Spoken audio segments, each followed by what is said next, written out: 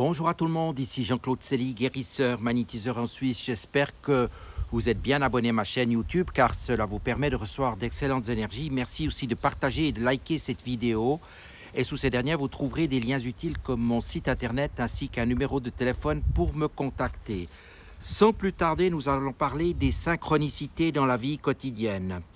Nous parlons de synchronicité lorsque l'univers s'adresse à nous personnellement. Ce mot est relativement récent, a été créé par Jung, qui remarqua la difficulté qu'avaient les gens à parler de coïncidence. Le phénomène est néanmoins reconnu et connu et estimé depuis l'Antiquité. Si nous sommes un tant soit peu attentifs, nous découvrons que le monde qui nous entoure nous envoie quotidiennement des signes comme un panneau de signalisation. Un événement synchronique peut nous dire de nous arrêter au feu rouge ou de poursuivre notre route, nous signifier que nous nous trouvons dans une impasse ou dans une voie rapide. Au-delà de ces signes, nous nous déplaçons dans un univers de résonance symbolique qui reflète nos thématiques intimes et nos préoccupations et qui nous dit si nous devons poursuivre notre route ou changer de cap. Un symbole est bien plus qu'un simple signe. Il unit ce que nous connaissons à ce que nous ne connaissons pas encore.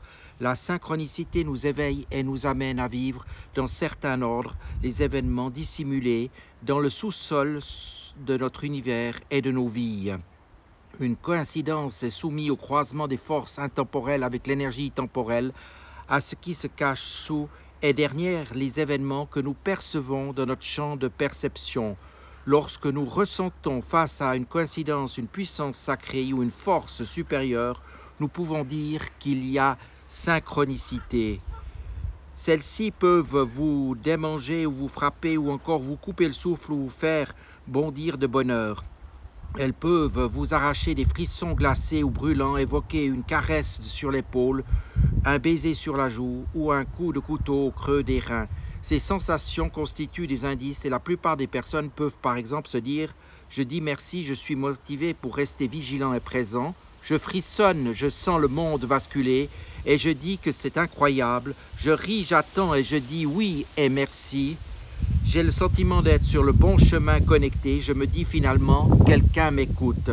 En nous tournant vers l'Est depuis la tour de Jung, nous découvrons en Chine un mot et une perception simple et profonde. Le mot est Tao, aussi littéralement transcrit Dao, parfois traduit par chemin ou le chemin. Et si nous sommes à l'écoute du Tao, alors nos chemins s'élargissent. Le Tao de la psychologie, le petit livre de Jean Sinoda Bolen datant de 1979, contient l'une des meilleures démonstrations de la théorie de la synchronicité.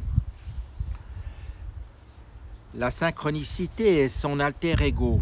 Quand la synchronicité vous amène à faire une rencontre importante, la personne que vous rencontrez va presque certainement devenir votre alter ego, votre partenaire, votre compagnon, votre âme sœur, votre collègue ou votre compagnon de voyage.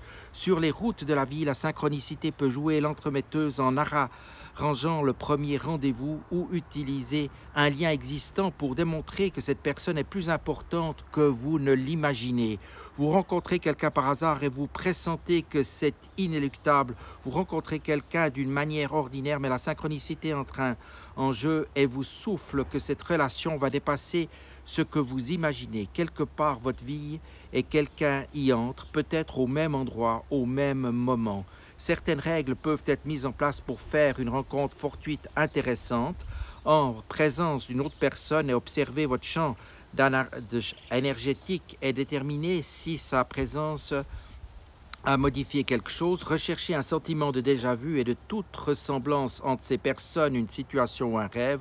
Notez quelques souvenirs de votre propre vie vous viennent à l'esprit en sa présence et faites confiance à vos sentiments. Et si vous vous sentez bien et si vous établissez un certain terrain d'entente, voyez ce qui arrive quand vous vous demandez à cette personne de vous raconter une histoire.